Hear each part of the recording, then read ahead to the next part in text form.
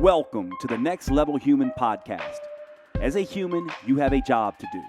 In fact, you have 4 jobs: to earn and manage money, to attain and maintain health and fitness, to build and sustain personal relationships, to find meaning and make a difference.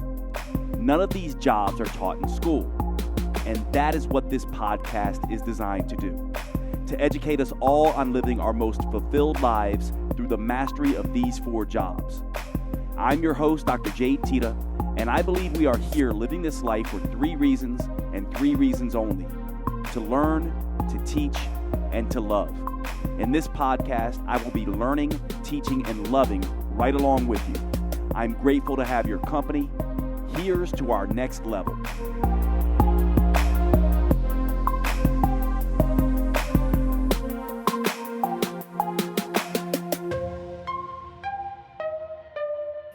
All right, welcome to the show, everybody. So today I'm actually coming to you from Costa Rica. So if you're watching this on the video, you can kind of see in the back that beautiful jungle and ocean back there. And I have a little bit of a cold, and I spent all day in the sun yesterday, so I'm a little bit burned. But it's beautiful here, and I wanted to do this because I'm getting ready to go into the jungle for 4 days to do some plant medicine ceremonies, which I will talk about on the podcast in a future episode.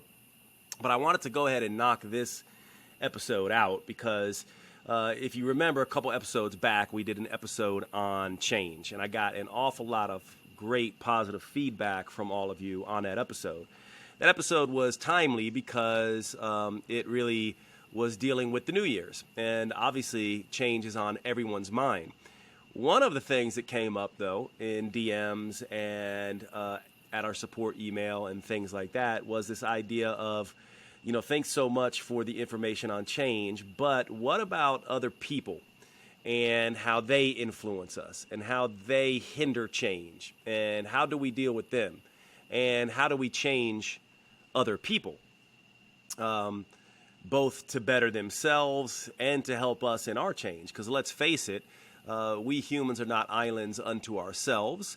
We have other people we must contend with, and those other people can be positive influences helping us change, or negative influences hindering us from change. And of course, people can be their own negative or positive influences. And I guess if we were going to talk about being a next level human, it's really about living in a way that inspires people to live a better life for themselves, to live what the philosophers might call the good life, a life of fulfillment, a life where we feel that we have fulfillment and joy and contentment and happiness. And I've talked about those emotions previously and put them in a hierarchy where happiness and contentment are sort of temporary states of being. They require us a particular environment or a particular person or a particular situation to have happiness or contentment, but that fulfillment and joy really is something that flows from inside us to the outside world. And this also gets into the meaning of, or the differences between meaning and purpose. From my perspective, meaning and purpose are both required for us humans. Meaning definitely is sort of a borrowed thing that can definitely generate happiness and contentment for us. But in order for us to get to the what I would consider more evolved emotional states of joy and fulfillment, meaning must evolve into purpose. Now, when we're talking about changing other humans, this is a tricky situation, because if you asked me and you said, Jade, well, how do I change someone else? I would say you don't and you shouldn't. And so that seems like, okay, well, that's the end of the conversation, isn't it? But not quite, because we certainly can change people, but it should not be our directive or our intent. In other words, we all know what it's like to be an inspirational or to have an inspirational figure in our lives, someone who we strive to be like. Now, of course, that person almost invariably is not someone who is trying to change us. They are simply just living their lives in such a way that inspires us to want to be different as well. So the first aspect of wanting to change other people, and I would go ahead and say, let's change this language to wanting to change people to more saying, how can we influence people to live their best lives? And the way that we do that is by first and foremost living our best lives. I was having a conversation last night with a friend of mine, and I was saying that to me, the two quintessential signs of an immature personality are, one, that we want to change people, or we want people to be more like us, to change them like us, and two, we have an intolerance for anybody who believes different than we do. And she made an interesting statement. She said, that's interesting because those are adolescent mindsets in a sense, and they're very similar. In fact, perhaps the same. So before you begin to try to influence someone else, I think the first thing we need to do is stop and ask ourselves, how are we operating? Are we operating from this very immature, insecure, culture level mindset of, I cannot tolerate anyone who believes different than I do, therefore I want to change them so that they believe the same things that I do? Is that where we are coming from? Because if that is the case, and by the way, no judgment here, we're all humans, we've all been here and done that, certainly I have, but it is a very culture level way of looking at it. It is a very adolescent way of looking at it. Why in the world would we want everyone to be just like us? Why would we want to change people to be just like us? By doing so, we stifle their unique journey in life, and we stifle our own personal growth as a human being. And this is a very, in my mind, insecure, immature way of approaching the world. And we all know people like this, don't we? We all know people who have an intolerance for any idea that is different from theirs. A conservative who gets angry at liberals, a liberal who gets angry at conservatives, the person on social media who's calling everyone else a sheep, the person on social media who says they've done all the correct research and everyone else is wrong.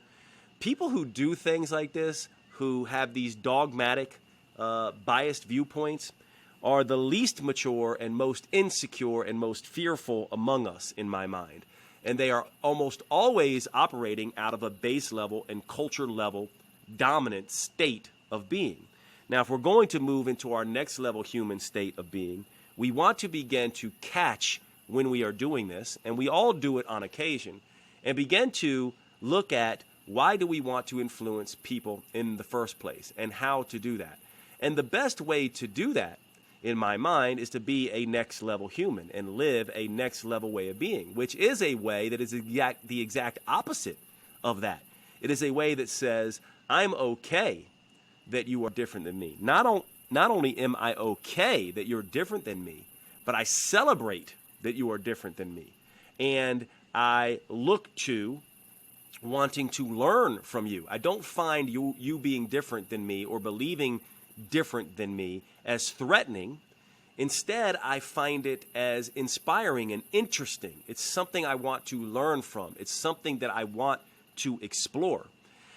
And in that acceptance of the way someone is being, right away they become more open to your way of being. Can we see that in our dogmatic ways of thinking and being in the world, we make other people more dogmatic and rigid in their way of thinking as well? And can we also see that when I become open-minded and accepting, that the people I interact with will become more open-minded and accepting? In this way, the world is somewhat like a mirror. This is not some kind of woo-woo out there way of seeing the world. This is just common sense. If you give another human a compliment, they're far more likely to compliment you. If you're rude to another human, they're far more likely to be rude to you. In the same way, if you are open-minded and curious about another person's ideas and beliefs and ways of being, they will become curious and open-minded and interested in your ways of being. Not only that, but when you come with that way of being in the world, they are more likely to pay more attention to their own beliefs and their own ways of showing up in the world. And so the first way that we change another human is to seek not to change them at all, but instead to seek to understand them, to be interested in where they're coming from, to see what we can learn from them, to ask questions, to be interested, to lead with the law of charity as a human. And what that begins to do is it causes the other human to begin to mirror us and also to become interested and also to become more open. Now, does this happen right away? Not necessarily, especially when we're dealing with friends and family and people we've known a long time who are very used to us being a particular way and very used to themselves acting a particular way around us. This is why dealing with family can be so difficult, because family does not like to see us changing. You know, I have two older brothers, an older sister. They know me as the younger brother, Jade. They know me as the little kid brat. They know me as the adolescent, arrogant Jade. They have known me growing up. And this is not the case for my siblings anymore, but as we were growing up in our 20s and 30s together, me and my siblings, we ran into a lot of problems because we were not allowing ourselves to grow. So I kept seeing my older brothers as the annoying, dogmatic, bossy older brothers, rather than, you know, a 20-year-old older brother who's trying to figure himself out. And they tended to see me as the bratty, arrogant, obnoxious younger brother, instead of seeing me as the 20-year-old who was trying to figure himself out. Now in our 30s and 40s, we finally begin to see each other and celebrate each other for our differences. And certainly we can now laugh about our old, immature, adolescent, and childhood behaviors. But think about this, because a lot of families never get past this, and certainly my family, where we are today, these were hard-won battles that we had to win to get to the point where we now accept ourselves the way we are, where we now can debate and talk about our differences with the law of charity and still celebrate the humans who we were to each other back when we were younger and the humans we are now to each other, not just to each other, but to the world. Can you begin to adopt this mindset towards your fellow humans, especially to your friends and family and to the people who are closest to you? If you cannot, then you can't change, I would say, and you're never going to allow them to change, because what you are essentially doing is holding them in a box they can't escape from and holding yourself in a box that you won't be able to change away from. So this is the first piece, the first discussion, the first major insight you have to have if you want to change a human. Instead of trying to change them, you seek to change yourself. And in that change and in you living your honor code and your next level best self, you may or may not influence them to live their next level best self. But you must release attachment to them being different in any way, shape, or form. And this is a very strange and perhaps an incredibly difficult, the most difficult aspect of influencing people. To influence people, you must first go where they are. You first must listen to who they are. You first must try to learn from them. You first must be in a position of open-minded acceptance for how they show up in the world. And in you understanding those humans, in you seeking to be a kindred, loving, supportive influence in their life, they may being the operative word, decide that they want to begin to live a life in alignment with you or with this open-minded, accepting law of charity. This is the first part. Now, the second part gets down to the nitty-gritty of how to do this. The first part is incredibly difficult. So I would not be surprised if this takes you years to do. But most people don't even know that the first step is to release the attachment to trying to change others and instead attach to growing and inspiring and influencing yourself so that when you are around other people, you may be able to grow, inspire them. But it must always come from them. It can never be forced. It can never be manipulated. It always has to be something that they decide to do. And by living a life of charity, of open-mindedness, of acceptance, and seeing how much better your life is, other people may decide to live a similar life. Now, let's get down to the nitty-gritty. Once someone does begin to ask for help or want change, how should we change them? Let's go through a scenario, and let's go through a scenario of the first way that most people try to change another human or try to help another human or try to influence another human. What they do is they say, okay, you need to come over here. You need to do this. You need to do X. You need to do Y. You need to do Z. You need to do A. You need to do B. You need to do C. And you need to do it just like I do it. These are the steps. Come over here where I am and learn from me. And this is the exact wrong first step. The first step instead should be for you to go to them and to understand their life, to walk a mile in their shoes, to spend time asking them questions.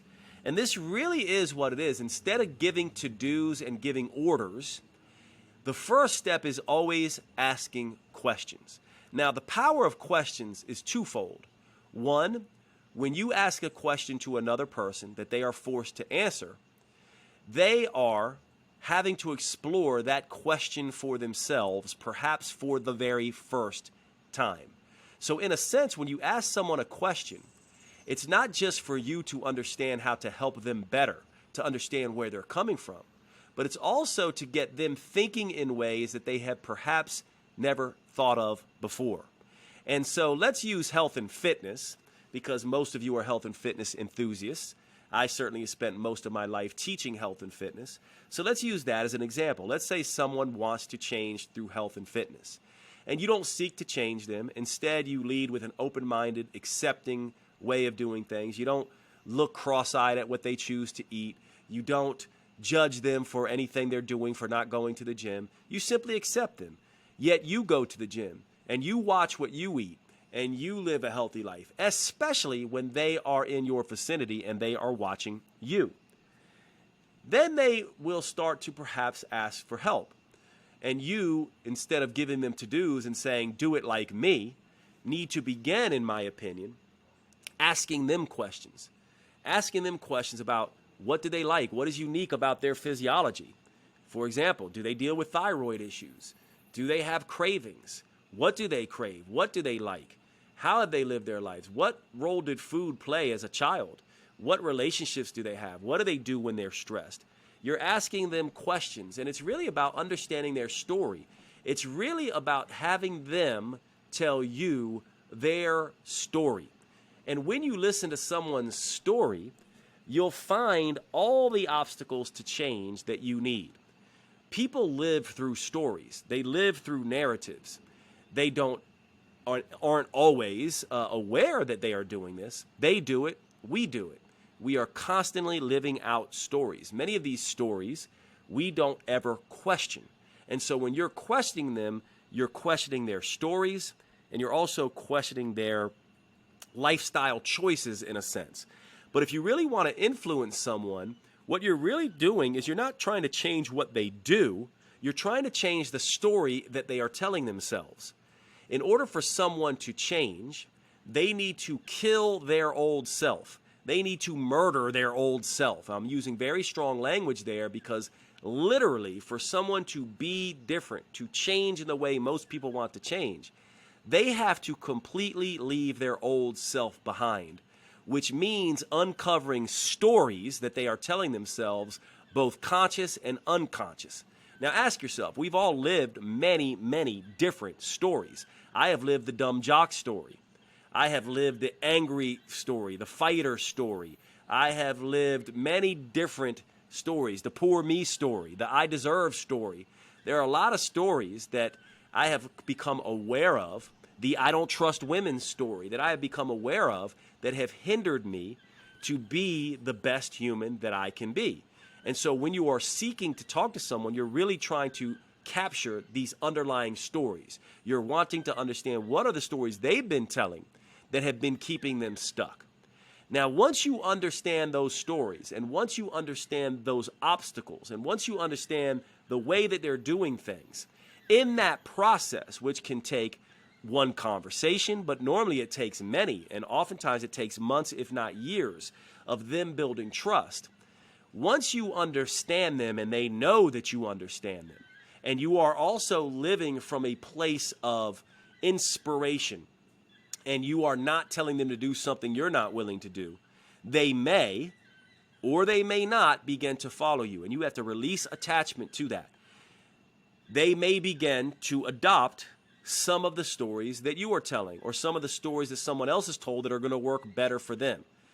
And now they will begin to walk from where they were to where you were. But understand, the first step is not to try to get them to walk to where you are.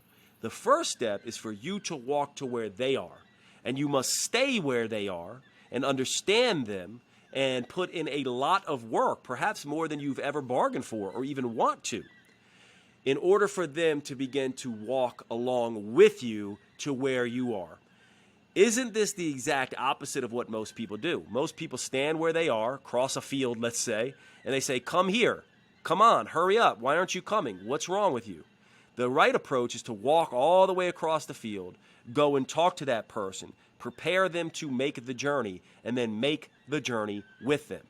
Which is why when you think about changing somebody or influencing someone, this is a huge responsibility and takes a lot of energy, which brings up the question, why would you want to do something like this anyway? Isn't it enough to take care of ourselves? And ultimately, that's the goal here. The goal is to always be living your best life and let people walk along with you. And where you are able, certainly you can stop and help them begin the journey. In this process, though, you always must be extremely careful not to hinder your own growth and your own journey in the process. And this is why you should never seek to influence anybody or make or help to change anybody unless you have very clear boundaries. There are two types of people in the world. There are the people who want you to do it for them, and the people who are willing to do it for themselves but don't yet have the tools. Always remember, the people who want you to do it for you are the people you must leave alone. They must get to the point where they take responsibility for themselves first. The people who you can influence are the ones who have already made that transition to taking responsibility for themselves. And then, now, in this discussion, we've finally gotten up to the point where you can begin to be the coach or the mentor. But it always should be led by this person. They need to be self-determined in their journey. It needs to come from them. They must feel as if it is their idea, that it is their conscious will, their choice to make these changes.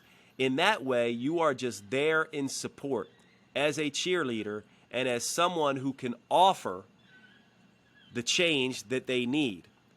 You must always be aware not to become the dogmatic coach, the person who tries to do it for them, the person who judges them.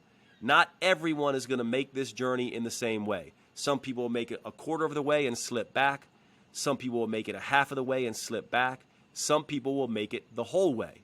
Your job is for you to live your life first and foremost and become an inspirational or influential figure in that process, and then make the choice according to the energy that you have available to you, which you may not, to play this role or not? And at that point, you can then begin to be the coach or the mentor. Now, I'll say a final thing here before we end this podcast. Many of you who are listening to this are coaches and physicians and people who work with humans on a daily basis. There is a difference here, and we all know it's really easy for people who get money or make a living from people to help them change. Don't you notice that it's really interesting, right, when a family member or a friend or someone like that, when they ask you to help them change, what oftentimes happens? They oftentimes want it for free or expect it for free, and they oftentimes fail miserably in the process. And then who do they blame along the way? Oftentimes you, right? This is a primary rule that I use for myself. Giving my friends and family and people like that free advice and free services, I have found has never served them. That it is something that they must have skin in the game. And so what I would say is, what I have learned, and by the way, I don't know that this is a hard and fast rule, but I'm just going to give this to you because it came up in a question. It's come up several questions from coaches like you, like some of you, that they say, I don't understand. I get fantastic results for my clients, my friends and family. I really want to help them, and they always fail miserably. And part of it is because of the expectations around this, both yours and theirs. Theirs that you will help them, and yours that you should help them for free. People need to put value on the things that they want to do. It needs to be valuable for them. Money is one way that our brains assign value. When our brains watch us pay something for something, we are far more likely to follow through with that thing. And therefore, what I would say is be very careful in giving your services for free. And also, if you're listening to this, be very careful of wanting to get things for free. I can almost guarantee you, invariably, not always, but almost invariably, the people who want free almost always fail. And the people who try to give free almost always do not succeed in helping their clients make the change.